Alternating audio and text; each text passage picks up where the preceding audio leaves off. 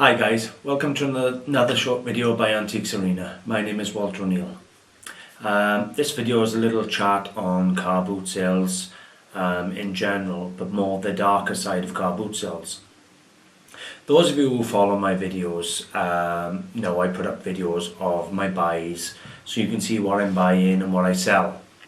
Yesterday's video I put up the most beautiful crystal bowl, and it was huge, 10-15 kilos of crystal, 14-16 inches diameter. It was beautiful, really nice piece, 3 legs, beautifully cut. Anyway, I worked Gavilon this morning and got there between 6 and half past, and I set up half the stall, showed some of the dealers some of my better pieces. They buy them off me then, and then I normally go and have a little wander around and then set up tidy before the public comes in. Today I done exactly that, sold a few bits to the dealers. I didn't pack what was left away. I actually had 2 tables. I had my main stall at the front, and I had a few pieces on the table at the very back. So they had to come around the back of my stall to even get to the table around the back. Now bearing in mind, there's 10 or 15 dealers in an entire field at 6:30 in the morning, and probably half a dozen cars. Everyone knows everybody. We're all on first name basis. We all know who the dealers are, and we all see each other every week. Yet one of those dealers picked that bowl up off the back of my stall without being seen and walked away. Now, the bowl only cost me a tenner, so it's not the end of the world. It was probably worth £50 to £75, and that's probably what I would have had on it today. What's more upsetting is it'll be one of the dealers I know. It's not a member of public. I know Gavilon, and I know a lot of the car boot sales. I know when the dealers come in, I know when the public come in. Gavilon tends to be 8:30, 9 o'clock after they do the school runs or drop the kids off, then they start piling in. Now I wasn't off the stall for more than 5 minutes. I only walked across the aisle to have a look at 1 or 2 other cars that had come in while I waited. I had to see what buys I can pick up before I set up properly and I'm stuck at the stall for the day. So it was quite upsetting today to think that not only did I have a bowl stolen off me, it'd be by someone who knows me on a first name basis. That's quite sad. Having stuff stolen off your stall is second nature, you do. If you're a single person working on a car boot sale, you have to take into account theft. There's no 2 ways about it. They will distract you at this end of the stall while they're stealing at that end of the stall. And don't go thinking it's a race thing, because they're all as bad as each other. In Gavilon, they're all British and white.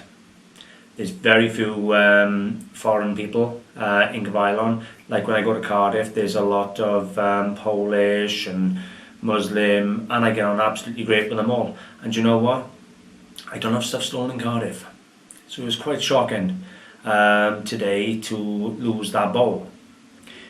To be honest with you, I was quite angry. It ruined the rest of the day, because it put me in a mood this morning to think that somebody who knew me on a first name basis went there, watched me walk away from the table, run to my stall and half-inch my bowl. They obviously know me because they watched me walk away, made sure I weren't looking, ran and got it. Very rare I have theft, but if you do, you do. I don't normally put things out on the table that I'm unwilling to lose, because you will get theft. Normally, what I do, I'll sell the bits to the dealers, as I said, leave the cheap end, because I don't normally take antiques to a car boot sale unless I want to raise some money. I leave the cheap end on the table and on the phone. If they steal that, they've stolen an item for £1, £2 or £3 or £5. It doesn't bother me.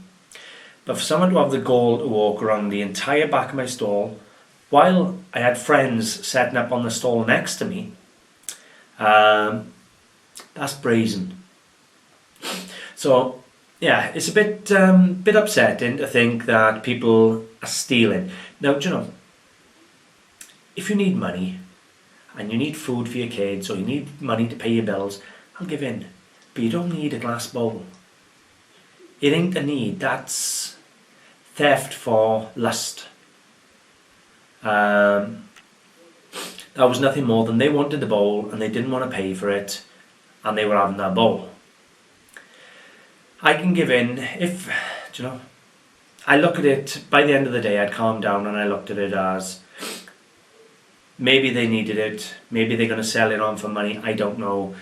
Maybe they wanted it more than I needed it. And if they were just stealing it just because they wanted it and they didn't want to pay for it and they don't need it, then you know, everything comes around. You reap what you sow. I try and treat people decent, and a lot of people treat me back the same. So the bowl's gone. Freshly stolen off my stall today. I'll find out who done it. There's too many dealers. They won't be able to sell that bowl because from what I found out, it was a one-off commissioned piece, or very few of them commissioned.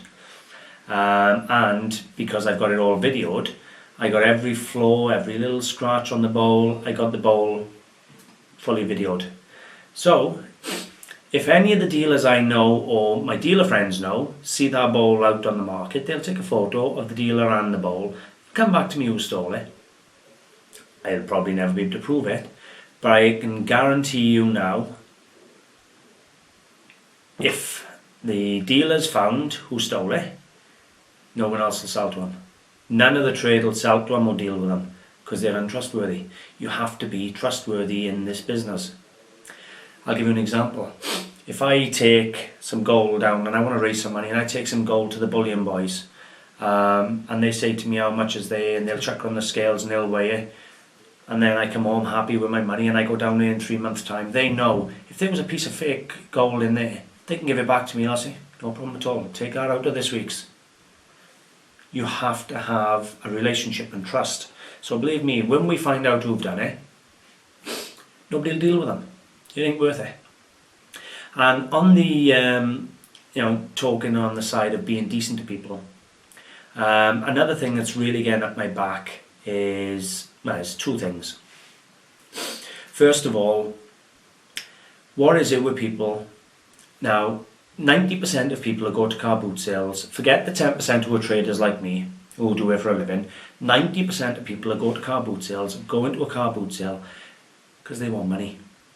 They, very rare, very few of them are going just because they want to clear out some rubbish. If they want to clear out the rubbish, they take it down to a charity shop like a lot of people do. They go to the car boot sale because they want to raise a bit of money for whatever reason. It could be a day out, it could be just to buy a new pair of curtains, but it could be buy food, you don't know. Now I know one or two people who have gone to a car boot sale to pay the mortgage.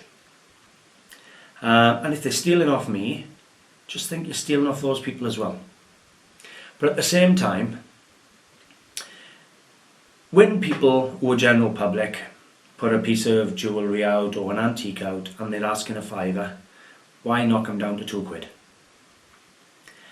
I accept knocking dealers down because we price it up to bring it down. We know that the public expect a discount. And when we price something up at £25 or £30, we'll go 28 and we'll take 25 or 22 to take 20, that type of thing. We count that into our pricing structure. But the public don't, they haven't got a clue. And I was at the stall today and the man had a load of gold. And to be totally honest with you, I couldn't get near it, it was that busy. And he probably had a £300 or £400 jewellery box full of gold. It was a lot of gold there. Got to have been 25-30 grams of gold. And he asked her for £50. Now I don't interfere. When someone's doing a deal, I'll stand back and leave it alone. If they don't do a deal, then I'll step in and maybe I can do a deal. But I'd certainly never interfere in someone else's deal.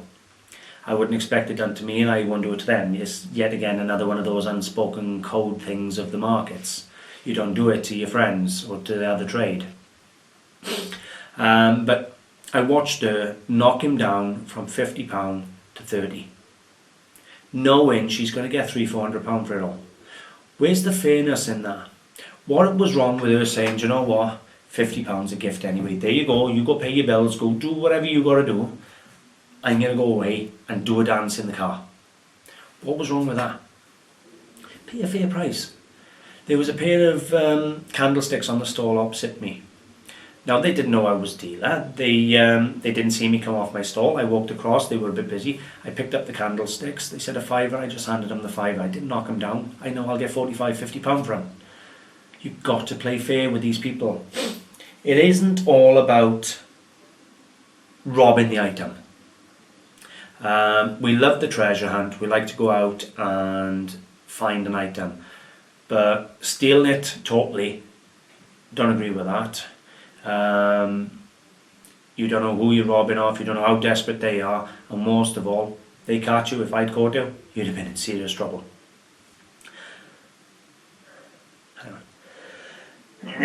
Sorry, excuse me. But no, pay a fair price.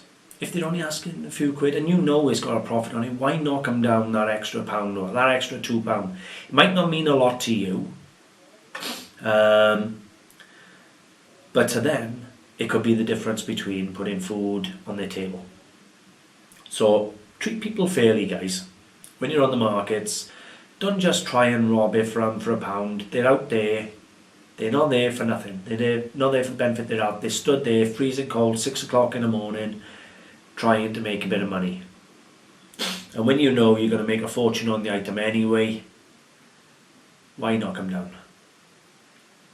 So I've covered the bowl being stolen, which has really affected me all day. That affected me to the point that it also affected my sales, because obviously I was annoyed, and that must have come across over the stall because not as many people approached me today to buy things. So obviously me being in a mood because of my bowl being stolen affected my day's take as well. It also affected my buying because I just was walking around after the bowl had been stolen quite annoyed. Anyway, I've discussed the bowl being stolen. I've discussed how you have to take into account there's going to be theft on your table. As sad as that is, they're going to steal. Why they feel the need to steal a 50p item or £1 item or £2 item? Maybe they just haven't got £1 in their pocket. Who knows? And if that's the case, they're welcome to steal a £1 item off me. And we've talked about treating people fairly and paying a decent price for the items. You haven't got to rob the people. I don't think there's anything else really I wanted to cover in this video. You know, it's more the darker side of the car boot sales. People tend to turn nasty and crazy at the car boot sales. It's almost a frenzy. When them cars start coming in, they turn, and to be honest with you, it's almost as if they don't care who's in their way. They're pushed out of their way. They're in the backs of the cars. It's quite aggressive, to be honest with you. That first hour it can be quite aggressive, and I can see how intimidating it is for people who come there selling, who are not used to the car boot sale lifestyle. All I would say to you, if you go to a car boot sale and you're selling and you get that crowd and that frenzy atmosphere around you, shut the boot, they'll move on to the next car, then I'm back. Do it that way, guys. Anyway, I'll leave it there. I've had a few nice pieces today anyway. I've had some beautiful pieces of art, some nice candlesticks, and a nice piece of art deco, a nice art deco plate. So I'll do a video tomorrow on the buys I had today anyway. So I hope you've enjoyed this little moan, if you like, or a look into the dark side of car boot sales. Just remember, guys, treat people how you want them to treat you, because one day you could be on the car boot sale at the side being stolen off, and then how are you going to feel? I got more self-respect than to rob at a car boot sale, let's put it that way. Anyway, guys, hope you've enjoyed. I would appreciate a like and a share. Don't forget to subscribe. We've got many videos now. You'll find us on Facebook, Antiques Arena. We're on eBay, Antiques Arena Clearance, and we have our own website, antiquesarena.co.uk. Thanks for watching, guys. Bye for now.